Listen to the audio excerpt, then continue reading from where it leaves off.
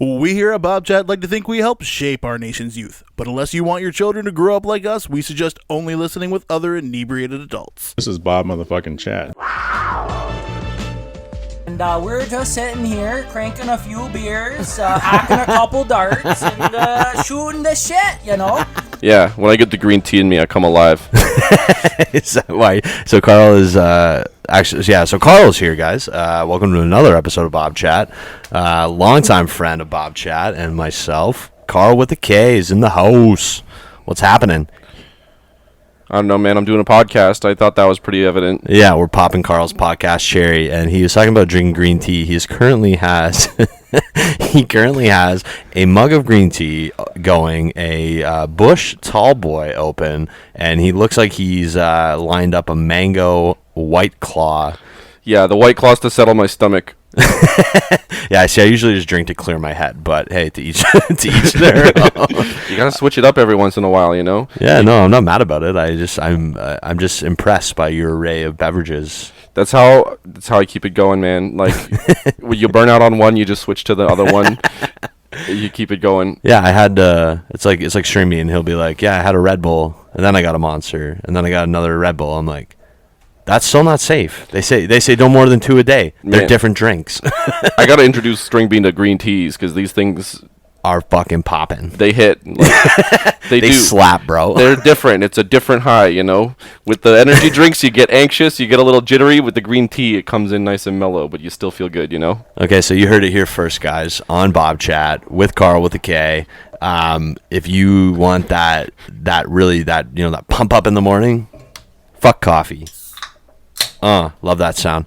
Fuck coffee. Get yourself some motherfucking green tea. That's what's up. Hell yeah. But anyways, so what have you been up to other than drinking green tea? Well, that's a big part of it. But actually, do you think we should? Well, why don't we tell the listeners how we know each other actually first? Why don't we do that? So me and Karl met at work. As you know, if you're a new listener, I work at a pipe factory.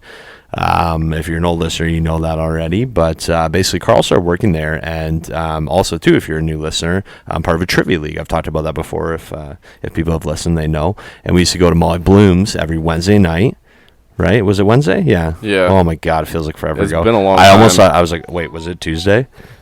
Whose phone is that? Mine? That's my phone. Holy fuck, Karl. Podcast 101. I boo this man. Everybody listen, boo. You said you were popping my cherry. I don't know what you expected. Yeah, okay, sorry. I should have warmed you up and I'm trying to lube your entry here. I mean, Jesus Christ, Karl, I got 3 drinks on the go. Well, so far it feels like we're going in pretty dry if my phone's going off. Oh, that's okay. It's okay to laugh into the mic. I don't know. It feels wrong somehow. I keep silencing my laugh. It's okay. So me and Karl met at work, and we got talking, and I was like, why don't you come to trivia?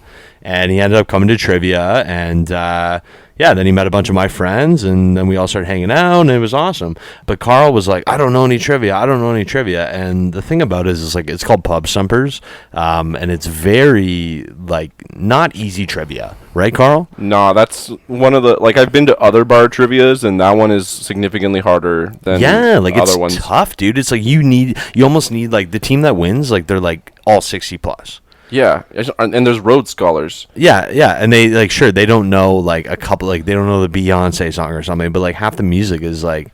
It's all for boomers. Yeah.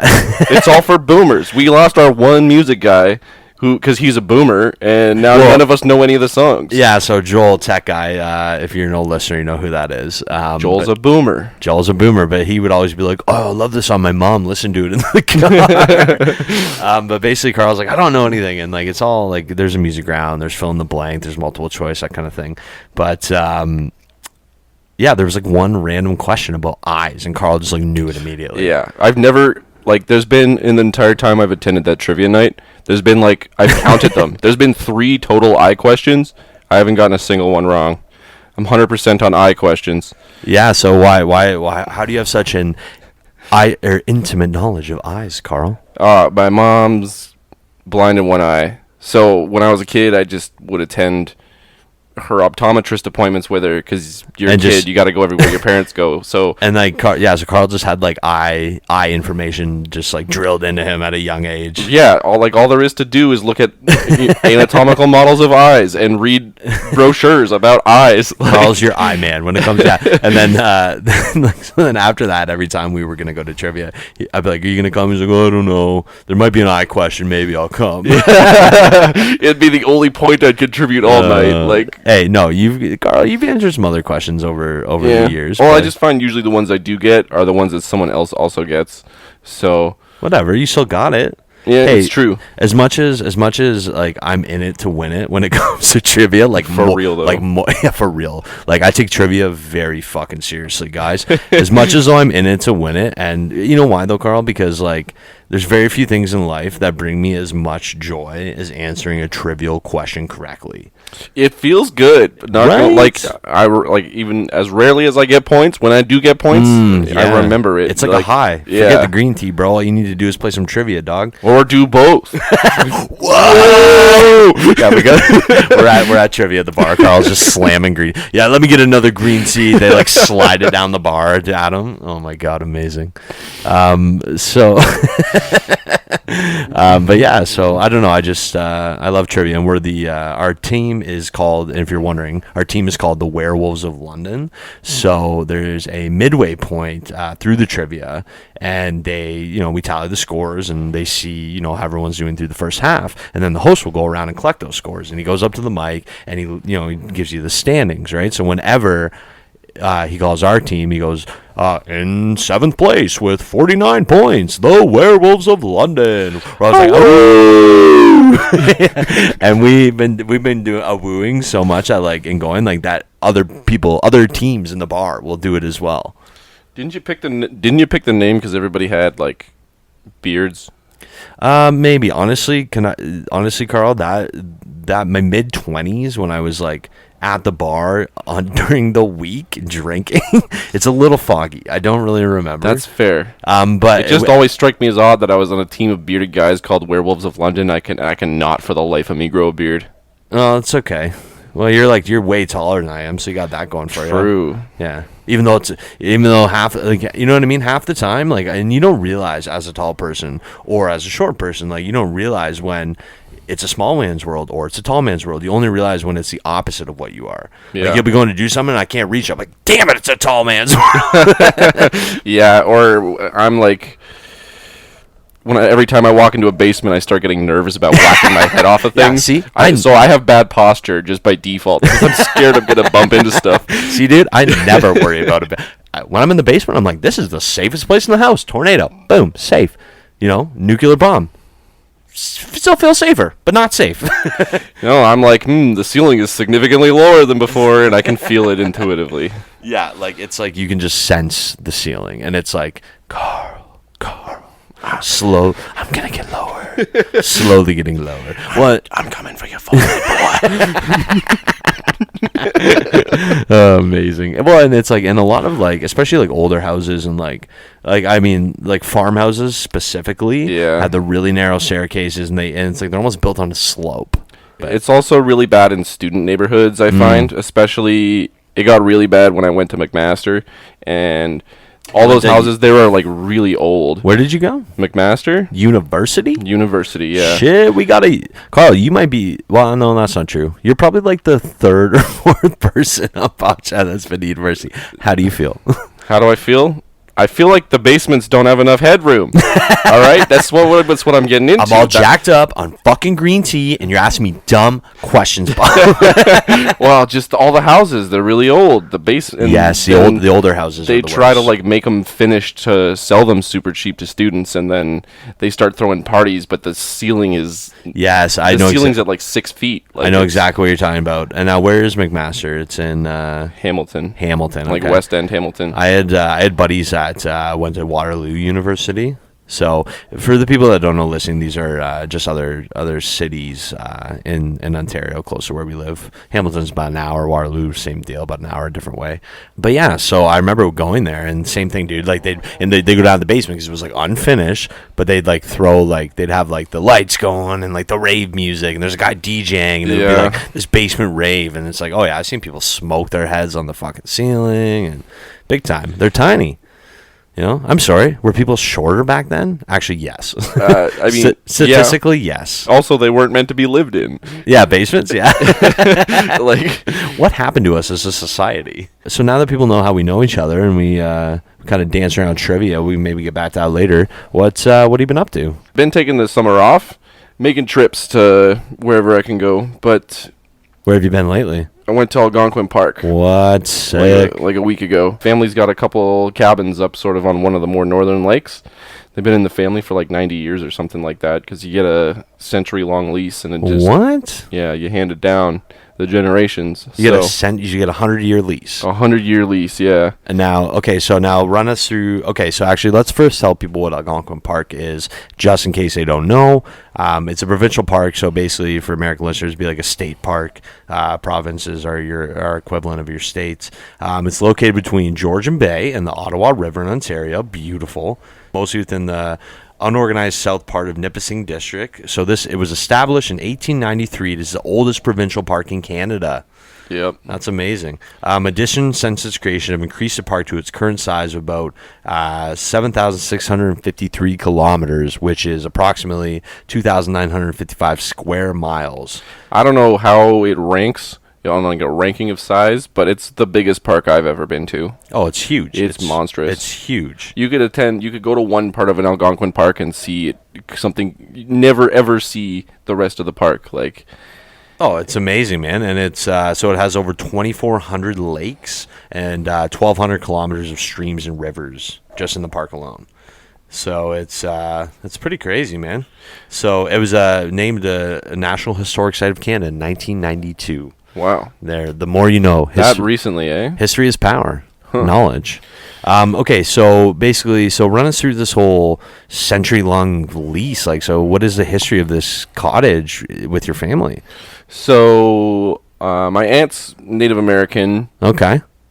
And my family has a history, career-wise, in logging industry. Oh, okay. So, parts of the park were used for logging and forestry. Yep. That's what a lot of the cabins are there for. Like, there where loggers lived, or like the town my aunt grew up in was for loggers. And my great uncle, on not the aunt's side of the family, actually designed the town. What? No shit, eh? Yeah. So there's like a lot of history up there for you guys. Yeah. As long as the park has existed, my family has been in and around that area, which is kind of how you get in on that sort of deal. So that's like, yeah, because that's like, it was late 18th century, right? Yeah. So that's crazy. Exactly. And so my family took over the cabins that we use in like the 20s or the 30s. Oh, wow, really? Yeah, so we're actually coming up on lease renewal time. Because the lease is 100. Yeah. Yeah, I bet there's a lot of paperwork involved in that. Oh, man. Because everybody that made the original lease is now dead. They're all gone. Like, everybody's like redefining the laws and stuff. Exactly. So they're going to be like, these people had it for 100 years. Fuck them. It's our we want it. That's sort of what's going on. So, okay, so would that have been like your great-great-grandfather or your great-grandfather or great-great-grandfather that like signed the lease, or your great-uncle, you said? My great-uncle designed the town. My great-grandfather signed the lease. Your great-grandfather signed this lease almost 100 years ago. Almost 100 years ago. Oh, my God. Really? That's crazy. Yeah. And it's been in your family ever since. So, like, from your great-grandfather all the way to you, that's like 4 generations. Yeah. It's wild. Everybody tries to go, like, certain family members make it more often because of how close it is. Like, yeah. If you live in, like, the North Bay area, then you're, like, an hour drive away. So, obviously, you spend every weekend out there. Yeah, of course. Why wouldn't you? But when it's, like, 8 hours away for us, why would it's hard to go. It's like 5 or 6 for us. So, I try to go once a year, but hadn't for 4 or 5 years just because of, like, work and stuff. And there's no phone out there. So, I would be upset if there was a phone. Yeah. Unless it was like one of those old school like dial phones with the earpiece, like "Hello, I'll be home in a fortnight." Right, or just a Morse code beeper thing. Quick, call the sheriff. All right, he said he'll be here in 3 days. It's one of those Canadian heritage moments. I gotta tell them about the burning boat. Yeah. The Halifax Harbor explosion. That's what it was. Yeah. So if you look that up, if nobody knows, if you don't know what that is, look that up. It's a pretty pivotal moment in Canadian history. Big disaster. So anyway, if you want to like plan to get into this place, you can't drive to the cabin. You drive to the lake and then you take a boat the rest of the way, like a little tin hull thing. I would be very upset if you didn't have to take a boat to get there. Yeah, fair. You can't hear any cars when you're in the park. It's weird. Yeah, of course. Good. Yeah. Technology has no place here. So if you want to plan to get in, you have to like decide what time you're going to meet up. Yeah. And then make sure you get there, because you can't be like, hey, something happened, I'm going to be late. So the boat's leaving. The boat's leaving. So if you're 5-6 hours away, a lot can go wrong in, that length of a drive, especially going past the GTA. Yep. I bumped into a BMW. Yeah, some guy, we came to a full stop on the 401. The guy behind me slammed on the brakes so hard his rear end slid out and he went sideways into the concrete barrier. And I'm like, I can't stop for this. I have to go, because if I don't, then I'm never going to get in. I'm going to drive 6 hours up there just to drive 6 hours right back. Yeah, wow.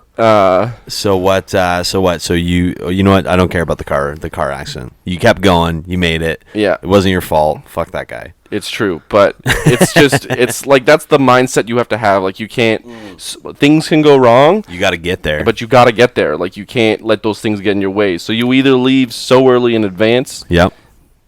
Or that's sorry, bud. Or you're gonna sleep in your car until the morning. Yeah. And it's like, and they got to go at a certain time, because up there, dude, at nighttime, it is pitch black. Oh, no light at all. If there is light, it's from the moon. That's it. Yeah. That's it. Just like your great grandfather 100 years ago. Probably had one of those old lanterns on the front of his rowboat to get to the cottage. Yeah, well, I think it's more canoes than rowboats. Oh, still. Same. Nowadays, it's all aluminum tin hull. Yeah. Well, I mean, in the 1920s. Yeah. He definitely had a craft made of wood. Probably. Right? Yeah. Yeah, I would say so. Okay. I don't know. Did they have aluminum in the 20s? Well, we have the power. Well, we're in the 20s, but the 2020s, so we could just look it up. Fair.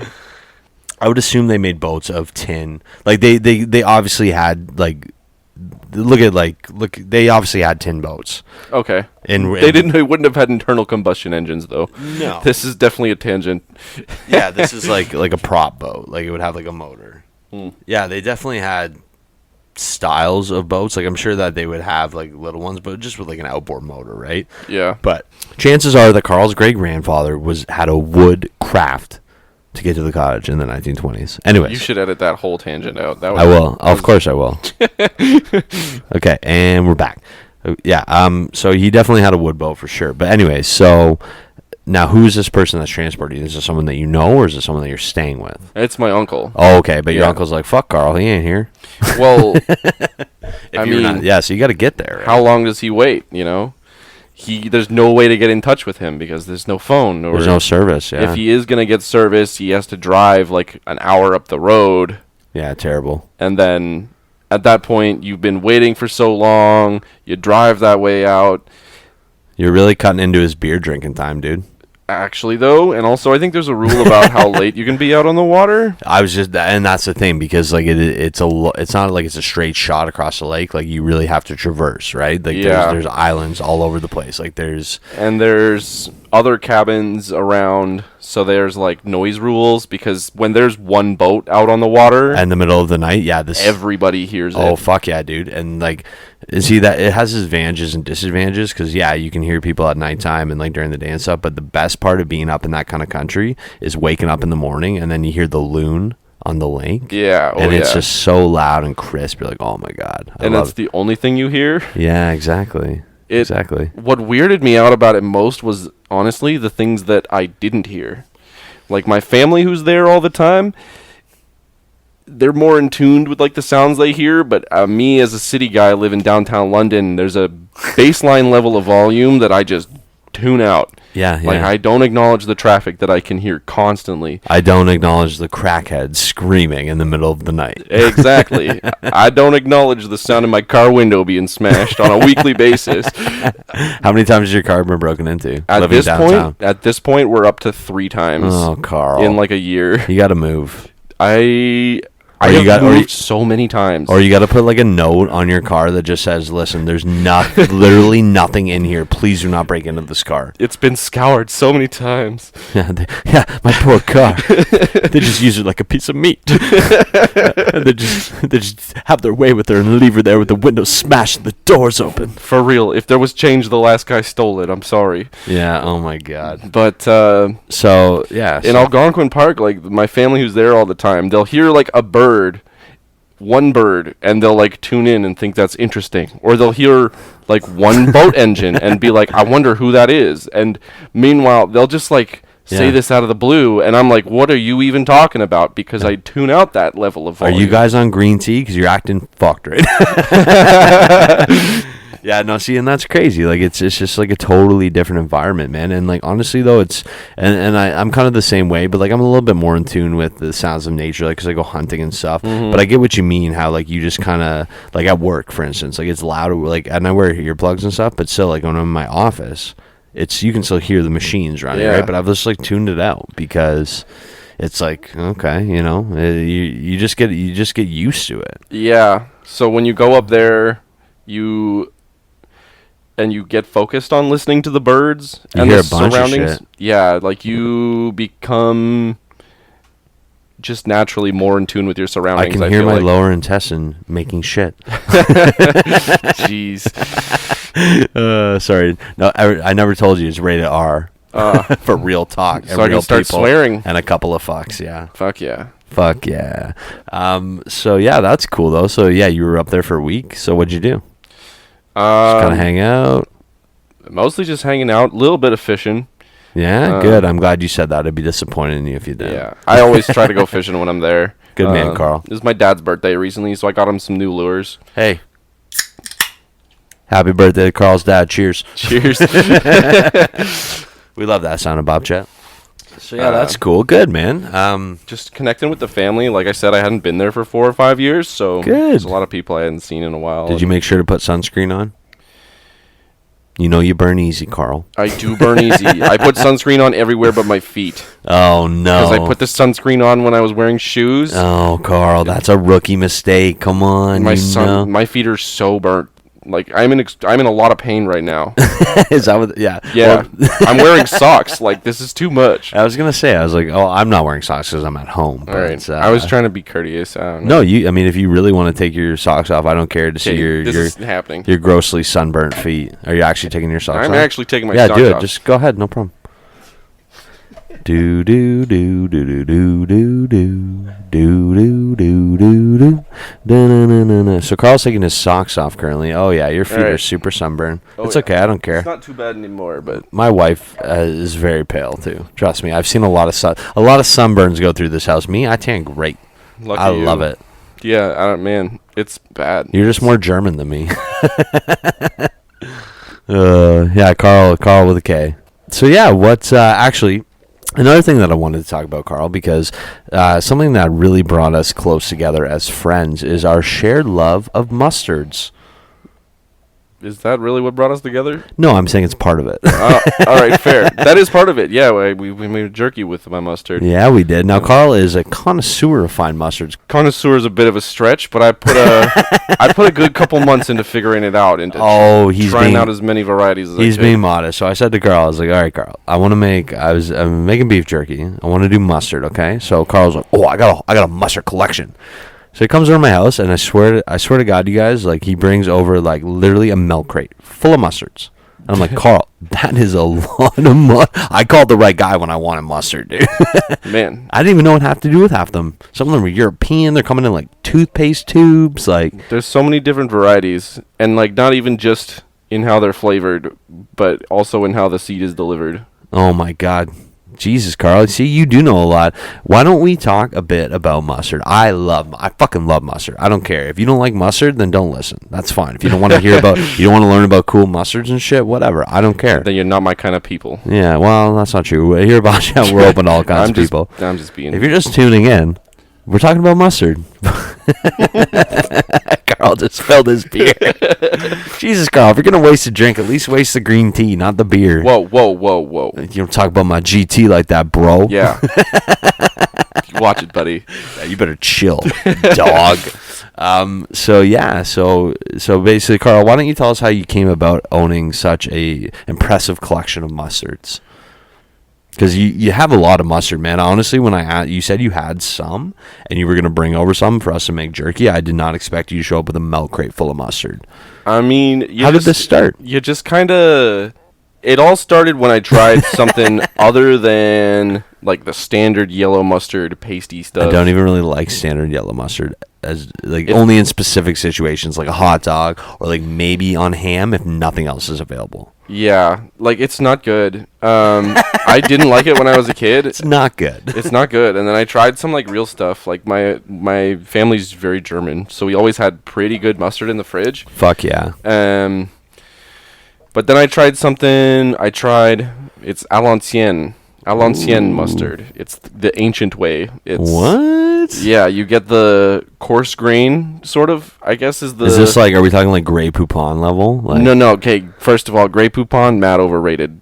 Grey Poupon is like the middle of the road shit. It's not even that good. The only reason Grey Poupon has any kind of traction is because it's like so idolized in like pop culture. Yeah, because of the commercial. Grey Poupon. It's a great ad campaign because they made everybody think it's fancy, but it's just your basic ass Dijon mustard. There's way better Dijon out there. You fucking heard it here first, yo. Grey Poupon's a bitch. For real.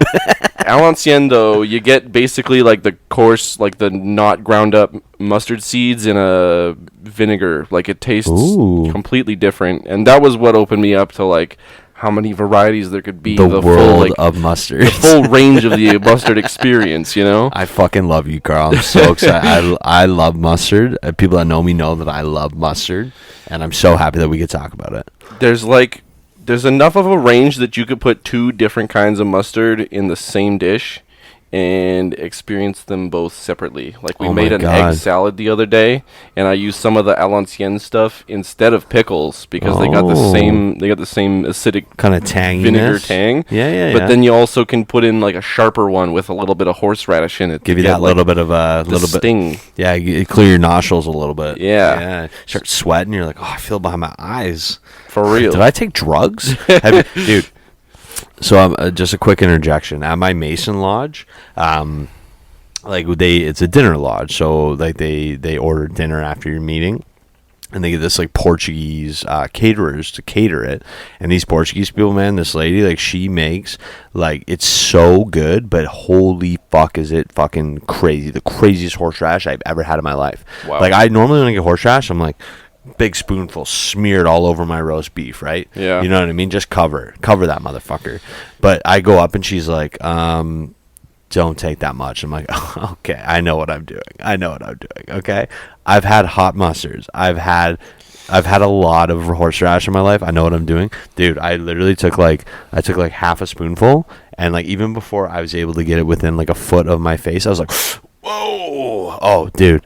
The craziest fucking horseradish I've ever had. It's weird how it like burns your nostrils. But it's nice, though, man. It's like honestly, it's like I could eat like I would just keep this shit in the house for like if I ever got stuffed up and just be like, all right, I'm just gonna eat like a half a spoonful of horseradish. Whoo, cleared me right out, good to go.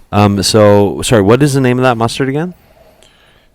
The coarse grain one? Yes, the one with the vinegar. So it's a more of a style of mustard called à l'ancienne. À l'ancienne. So now, would you say that is your favorite kind of mustard?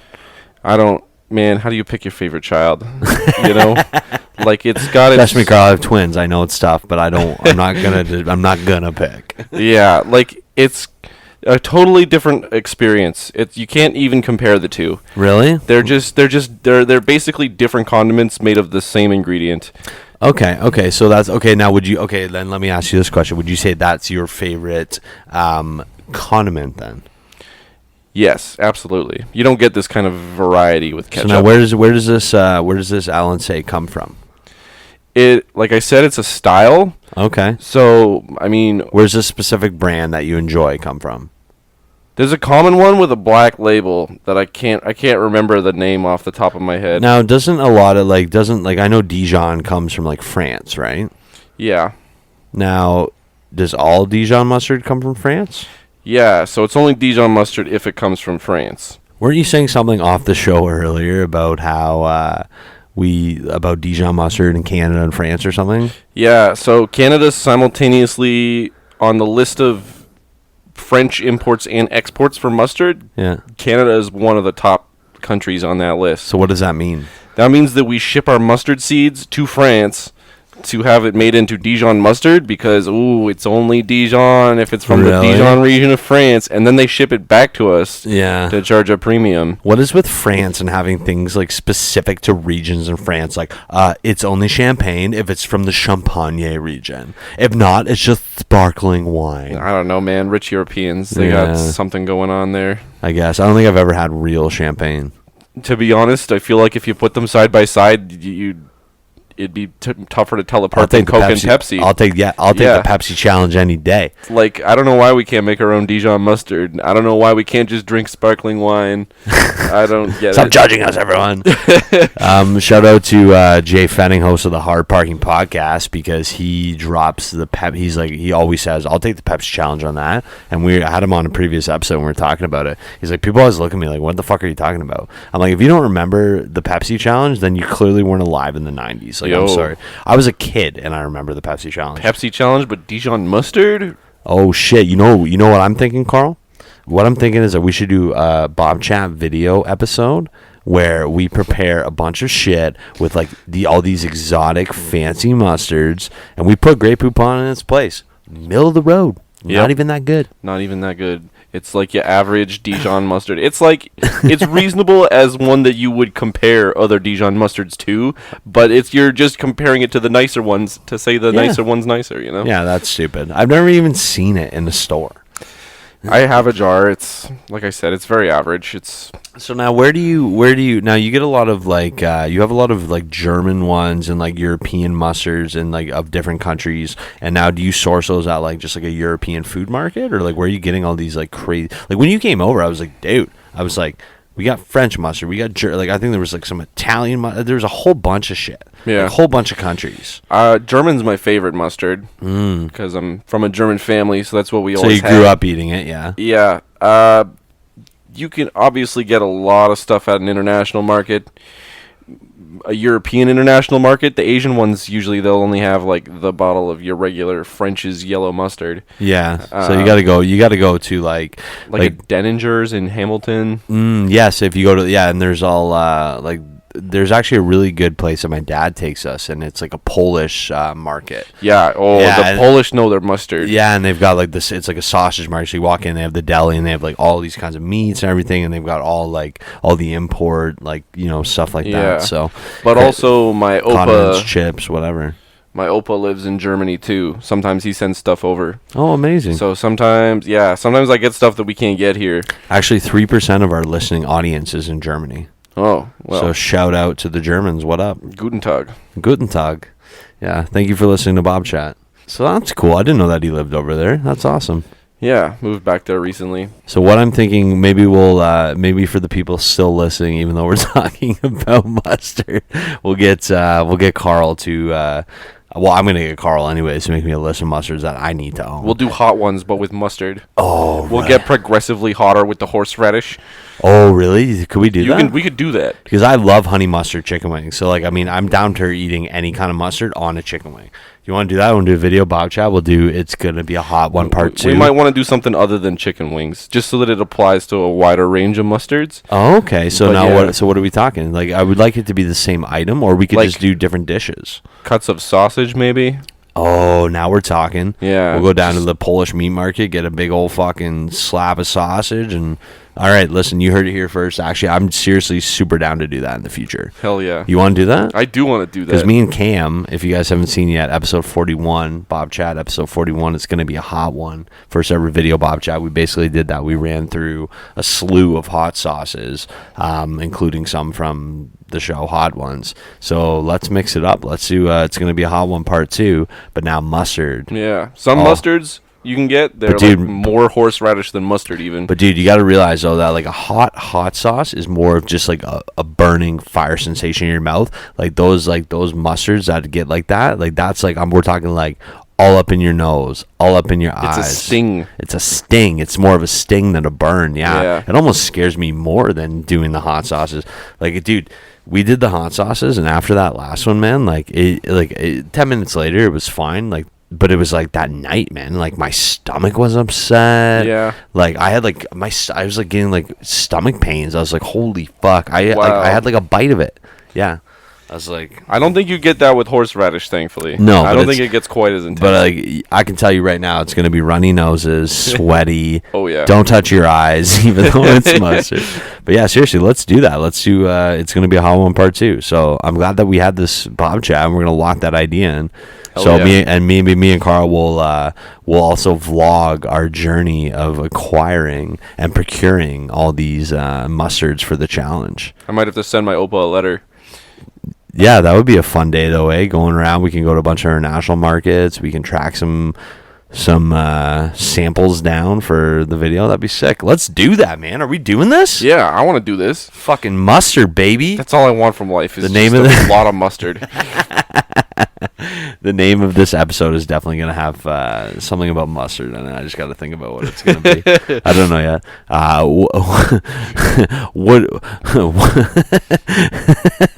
Seacraft's made of wood and mustard. I don't know. We'll figure it out. I don't know. Oh, man. Colonel Mustard in the living room with the microphone. It's Clue, but all Colonel Mustard. Who did it? Colonel fucking Mustard, bro. You know. Oh, man, that's amazing. So, yeah. Do you have anything else interesting to tell us about mustard? Did you? I thought you looked up some interesting mustard facts. The interesting mustard facts were that Canada is both a French import and export. That's the only interesting mustard fact you have? That's the only one I bothered to look up. Why don't we look up? Let's look up the history of mustard. The history of mustard. Why not? Fuck it. You're about to get learned. Welcome back to the Learning Corner with Bob from Bob Chat and our special guest today, Karl with a K, where we dive into the world of yellow goodness, commonly known as mustard. It is believed to have originated in ancient Egypt. Oh, wow. Of course, they made a lot of shit. Yeah. But who would have thought, like, oh, let's go take these seeds and crush them and add, like, salt and water. To be honest, they don't even crush them sometimes. That's what the L'ancienne is. That's just preserving it in vinegar, basically. The Greeks used it as a medicine and a spice, and the Romans used it for that too, ascribing it as a cure for anything from hysteria to snakebite to bubonic plague. So it goes that far back. Oh my god, that's great. Yeah, they also brush their teeth with piss, human piss, which actually fun fact. The Romans used to brush their teeth with human piss. It worked? Apparently, I'm not going to try it. You're not going to piss on your toothbrush now? I'm not Bear Grylls. No, I'm not Bear Grylls. I'm not gonna gargle with piss. I thought you figured yourself an outdoorsy man. Yeah, but I don't you know fluoride's bad for you? I draw the line somewhere, Carl. Okay, Carl Jones. We're not gonna get into that. Listen. Yeah, I'm not even gonna entertain that. I'm not even gonna entertain any kind of those ideas because that's just not the direction I want Bob Chat to go. Fair. But of course the Egyptians were doing it, man. They were doing a lot of stuff. But yeah, so I guess basically the vinegar preserves the seed. So other than mustard gas, most mustard. That was when I searched the history of mustard. That was the top Google recommendation. Mustard gas. Mustard gas. What's wrong with people? Nobody wants to know about the deliciousness. They just want to know about the fucking death. I mean, could you describe mustard gas as spicy? Yeah. Why do they call it mustard gas anyway? I think it's because it's. Why don't you find out? Google it. Sulfured mustard has nothing to do with mustard, but gets its name from the yellow color and odor of mustard it may take on when mixed with other chemicals. Just because it's yellow. Just because it's yellow? Yeah, other than the mustard gas. Getting a bad rap because of its color? You kidding me? Yeah, that's bullshit. But I guess that's, I mean, how many other things are really yellow in 1914? I mean, even if you look at clothing and stuff and anything, like, it's all very, It's all like, black and white. And yeah, but not really. Just some, yeah. Jesus, God. That was amazing. I'm not even mad. But I mean, like, you know, if you look back 100 years ago, like, you know, people wore very mute colors. Like, it would be very rare to see somebody walking around in a yellow shirt, I would assume. They must have had yellow flowers, though. Oh, for sure. You know, drapery. I mean, but I'm just saying, it's not. I guess daffodil gas doesn't really hit the same way, does it? No. Oh no, the daffodil gas is coming. We better put our masks on. Oh fuck, amazing. But yeah, so I don't know. World War I is wild, man. Like, what a crazy. We're gonna have a war. It's gonna be a great war. There'll be no need for another one. 20 years later. You know, I feel bad for a lot of those guys, because a lot of those guys, dude, if you think about it, so think about, there was like, I don't know exactly what the number is, but if you do the math, there's a whole generation of people that their whole lives would have been encircled by encircled by war, pretty much. Like, their whole existence would have been to fight in wars if they were lucky enough to live. Okay, like, dude, 1898, you got the Spanish-American War. Whoa. Okay. 1898, 1901, you have the Boer War. And then, boom, okay, so you're 20 years old, you survived for the 2 wars, boom, 20 years later, guess what? There's another war, okay? 20 years later, 25 years later, boom, another war. So chances are there were some people that probably fought through the Boer War, World War I, and World War II. Or at least World War I and World War II. A lot of people fought through both World War I and World War II. That's basically your entire life. I can't think of the word I'm trying to say. I'm high. But basically your entire life is encircled by war. And it's like, and then all of a sudden, you know, you go fight World War I. You think, oh, I fought for my country. I'm going to give my kids a good life. Guess what? Guess who's old enough to be drafted in World War II? Your son. Is that crazy? I don't find that crazy, because that's been going on in our lifetime. With the Gulf War and everything in the Middle East, that's been going on since the late 90s. But it's different, though. It's different because... Why? Because it's not here? No, not because it's... No, but neither was World War I or World War II, or even the Boer War. No, I think the reason that it's different is because, like, back then, like, World War II and World War I, it was, like, just mass, like, conscriptions, and just, it was, like, if you... Oh, Carl didn't sign up to go over there? Okay. Why don't you stay home with all the Sallys? You know what I mean? Like, there was more of, like, a pressure to be a part of that. And, like... In the Western world, anyway. Yeah, exactly. And how many people went and fought and died and, you know, the ones that came back, too, right? But, I mean, still, nowadays, it's like, no one's like, oh, Carl, you didn't sign up to go to Afghanistan? Come on. Yeah. All the fellas are doing it. I mean, I think Vietnam kind of changed that. Yeah, well, especially with the drafting, right? But, I mean, Canada stayed kind of neutral. So, for people that don't know, Canada didn't have a draft. I'm sure most of the Americans know anyways. Were we even involved? Honestly, I don't even know. Was Canada involved in Vietnam? I don't think so. So, this is what Wikipedia is saying. The Vietnam War had considerable effects on Canada, but Canada and Canadians also affected the war. Okay, so the Canadian government did not officially participate in the war. However, it contributed to peacekeeping forces in 1973 to help enforce the Paris Peace Accords. Privately, some Canadians contributed to the war effort. So basically, we weren't, and I mean, that's kind of always been Canada's stick, is to, you know, go in and kind of keep the peace and try to mop the situation up a little bit, right? I mean, we're peacekeepers, let's be honest. That's what we do best. Why are you making that face? After World War II. After World War II? We fucked shit up in World War and the Korean War. Some of that stuff in the Middle East is a little questionable. No, but I'm just saying, like, Canada is a huge part of NATO, and we're generally regarded as peacekeepers. What I'm saying is I'm not surprised that we went in as a peacekeeping force after the war was done. That's fair. Right? But yeah, to my point, I think Vietnam was kind of when veterans weren't really venerated in quite the same way as we're used to. Yes. So that's when I think that, I mean, now call it what you want. It was kind of a propaganda machine. Kind of got on the train of we must respect our veterans. And it's our duty. You but know? I believe in that. I definitely believe in that. But thank God that we haven't have as prime military age males been required to. It would never pass. It would never. Nobody like. Anti-war efforts would be too. We would die the first day. We would die the first day, but also like the anti-war protests would be too great. Yeah, it'd be like, crazy. You'd have too many conscientious objectors now. Yeah.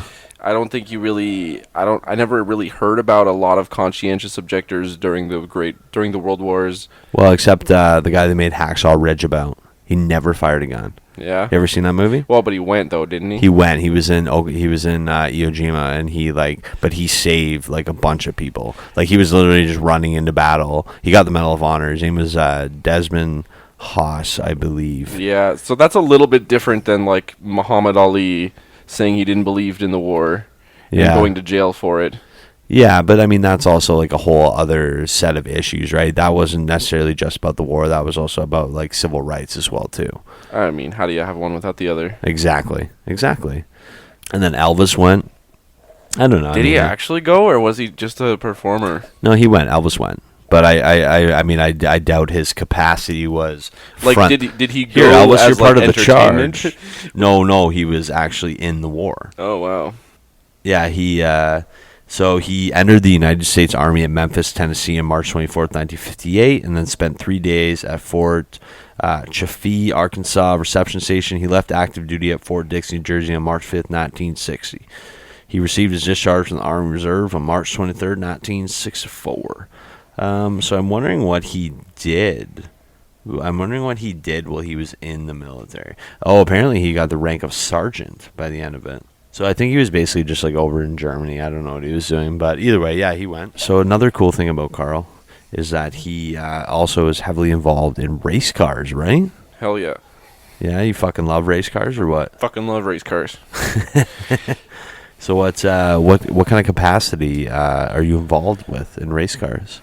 Well, my last job I was building them professionally, like for some of the international NASCAR series. What? Sick. Yeah, like NASCAR Pinty Series is basically it's like the CFL of NASCAR. So if anyone doesn't know what that is, that's Canadian Football League. Yeah. Yeah. Not as cool as the NFL, but pretty dope. It's pretty neat, you know. It's very uniquely Canadian. We have a bigger ball and one less down. Yeah, and the tracks And in Canada are smaller, and we don't drive as many laps. Oh, really? Yeah, so it's a little different. They don't get as fast as the American ones, but they still have to meet American safety standards somehow. What's that about? Well, NASCAR is just a governing body, right? So if you're going to be a NASCAR league, you have to meet NASCAR safety standards. So their cars are like wildly overbuilt for Corporate the speeds NASCAR. they have to hit. Yeah. And now... It's okay, we like that sound of Bobchat. Not the baby crying, but Not the beer. Oh, God. Oh, boy, that's a bad juxtaposition. So, yeah, what's the craziest thing you've ever seen at a race car track? So I've seen like some sketchy builds that Really? obviously should not be allowed out on a track. And I've seen a couple like big wrecks. Really? Yeah, some guy wrecked a Cadillac in turn 4. What happened? Well, they do this thing. They try to do it at least once a month. They call it King of the Hill at Delaware Yes. Speedway. So anybody can sign up. with any car. With any car. I don't think you're allowed to bring dedicated race cars, actually. No, it's more for like the moms and the minivans and the guys in like the pickup trucks. So literally like a week, not even a week ago, there was a couple pickup trucks and 2 minivans raced against each other. Oh my God. So what you do is you pay a couple bucks and your races are one-on-one. You drive one lap around the track. Yeah. And when you win, you face the winner of the person that matched up next to you in the bracket, you know? Yeah. So like it's so like they're like heats, right? And then yeah. whoever wins moves on and faces the guy that won the other one. Right. And a portion of the money goes to charity and a portion of the money is winnings. So Oh, really? oh yeah, like you can make money doing this. Oh so my God. There's one guy that tours Ontario, like he goes to all the different tracks. He's got this like tuned Volkswagen Golf. You can hear his turbocharger coming from the opposite end of the track. Like, Really? That thing is real high pressure. And he usually wins, or at least usually makes it to the final. That's sick. But yeah, like the other day, some guy in a pickup truck won. like just the way that it happens. Because when you're driving on a course in your road car, you don't want to get into accidents, right? Yeah, no, totally. So some guy will bring out his, like, you know, Chevy Camaro, Dodge Charger, and you'd think, well, that's a fast car, probably should win. No. But then when he matches up against somebody, there's no insurance on a racetrack. Yeah. The guy with a Pontiac Sunfire's got nothing to lose. What are you going to do? Hit him? So he'll drive aggressively. The guy with the expensive car might back off or might get scared of the wall or something. So a guy in the pickup truck won this last week. And about a year ago, I just rewatched the YouTube video of it. Some guy went into the wall with a Cadillac. Like, total Oh, my thing. God. There's a couple stories. Like a brand new Cadillac? Not a brand new one, but like... That's still somebody's daily driver, you know. Like, how's he gonna get to work on Monday? So if anyone could hear, I'll see if we can hear. But if anyone could hear a baby screaming, don't worry. I don't neglect my children here at Bobchat. My wife is comforting my son upstairs while we do this. So the guy, just a disclaimer, so everyone knows. So the guy totaled this Cadillac, like brand new, like bad. Not brand new, but bad though, eh? It was bad. Like, it was. So on a unibody car, the rear fenders are usually a structural component of the vehicle. They're not easily replaced. You can't just unbolt them and bolt them back on. So if he went in like rear corner to the wall first, and oh no, so the amount of body work that would take to fix that car is more than that car's worth, because it's a luxury vehicle. They're actually not worth that much once they roll off the lot. After a couple of years, they depreciate so quick. The Cadillacs, yeah. Oh yeah. So there's a buddy at work right now, Bubbles, who's actually been on an episode. He was on. I can't remember which one now. I think it's. It was on recently. Yeah, it was on recently. I saw the TikToks about it as B in the eye. Yeah, it's. I believe it's episode. Bubs was on Bobchat episode 43, The Birds, Worn Bikes, and the Bees, which is a good episode. But yeah, he's got a Cadillac, and he's put a whole bunch of money into it for like the starter and the way that's connected. They had to rip a whole bunch of stuff out just to get the wires in there, and then now I guess his water pump like blew up. And my God! And it like melted a bunch of like the belts and stuff, and it just like fucked it. That doesn't shock me. So his car is like DOA at work in the parking lot right now. That's crazy. Yeah, that's just the way it goes with luxury cars, man. Like, they're made for people who can afford to buy a new one after a couple of years. Exactly. Like, so exactly. Every time I buy a car, I'm gonna run that motherfucker into the ground. Okay. Right? Yeah, but you do not want to run a Cadillac into the ground because it's gonna melt all your belts on its way out. Die in the factory parking lot. So what? Whereas yours, you got 6 washers holding your alternator in place, and it's doing fine. It's doing great. Yeah, it's been fine, dude. Honestly, ever since Carl helped me fix my car,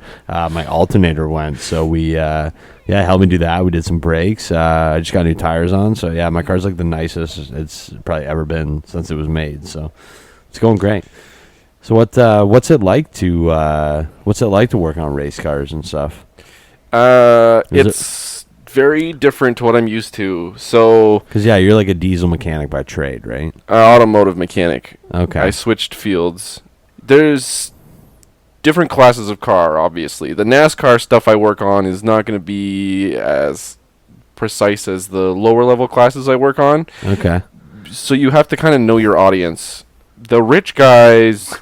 The rich guys. Don't worry, Carl. There's no rich guys here. The rich guys, they want everything like pretty square, very straight. Even if it's going to get banged up in 2 turns because there's a lot of rubbing in stock car racing, it still has to look nice when it rolls out of the shop. Oh, whatever. Right? That's what I'm saying. But I'm not the one that paid... Frankenstein that bitch. But I'm not the one that paid $300,000 for it. So I can't really say that he's wrong. Just do as you're told, Carl. Yeah, if he's going to pay you to work on it, do what you're told. On the other end of the spectrum, you have like the entry-level classes where they just convert road cars. They're not converted. They're not custom built. Oh, really? And honestly, I think I prefer this class. Yeah, it's Pontiac Sunfires stripped out with roll cages slapped in there, and that's my favorite thing. You get guys that couldn't afford to drive anything else. Like, for $2,000, you could get a running race car. And they just don't give a fuck. They don't give a fuck. Like, none of the panels match.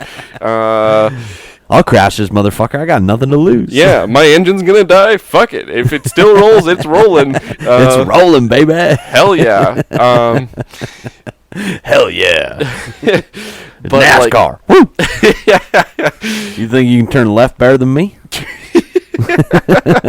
Man, but so on the custom built cars, there is a very precise way to achieve the exact intended effect, and you should do it the right way all the time.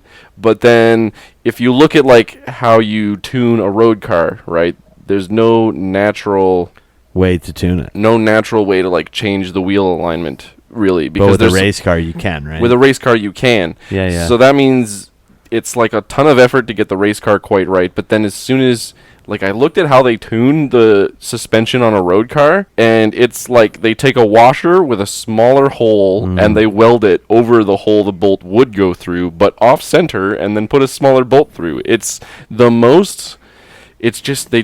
literally, if it works, it works, and you just send it. You just shove metal in places and weld it and hope it stays, and if you bang it up and crash it, and then you slap it all back together again, lying around in the gravel in the pits. Send it. Send it. That's what it's all about. You heard it here first, folks, at Bobchat. Just slap a bunch of metal in there, weld it up, and it's good to go. Pretty much. Race car 101. Man, in like 3 weeks, I rebuilt the front suspension of 3 cars. Really? And but I mean, they didn't go fast afterward, but they went, they turned left. That's all you need. That's all there is to it. And I kind of love the spirit of that. I got a $2,000 Sunfire with a roll cage slapped in it. Let's do this, baby. Amazing, dude. Yeah. So yeah, and there's always good people down at the tracks and stuff too, and it's fun to go and watch the cars, man. Yeah, everybody always helps each other out in the pits, I've noticed. Like, if you don't have tools, people will loan them to you usually. See, when I picture like a pit, I picture like the NASCAR pit where it's like, zoop, zoop, zoop, zoop, zoop, good to go. Nah. It's just me with 3 beers in my system. Like, I bet if we put this here, it works. Oh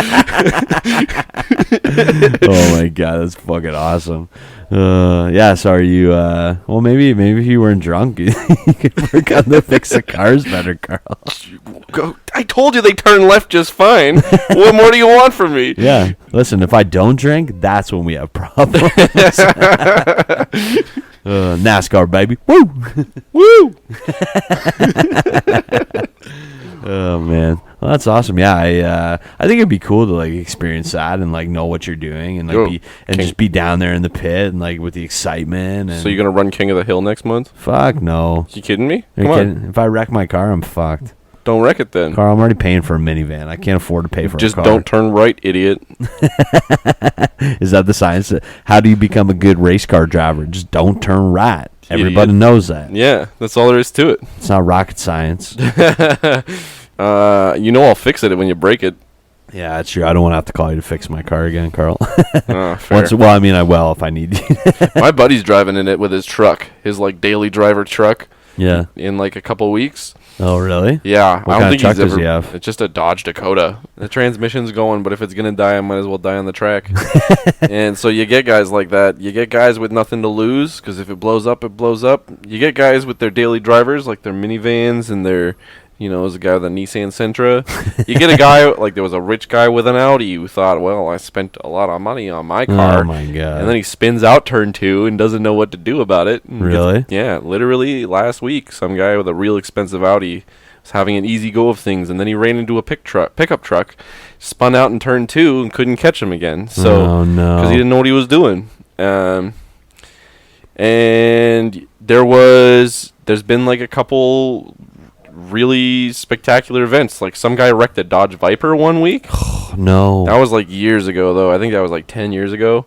And even earlier than that, some guy stole a Trans Am. Oh my God. Got into a race with a Chevy Camaro. Yeah. And he wrecked it into the wall. And then it drove just enough for him to get to the start-finish line, and then he walked up the stands, left the track, and didn't get caught for a couple days. Really? Yeah, he just left this stolen wrecked Trans Am at the track, God. and they were all like, "What is going on here?"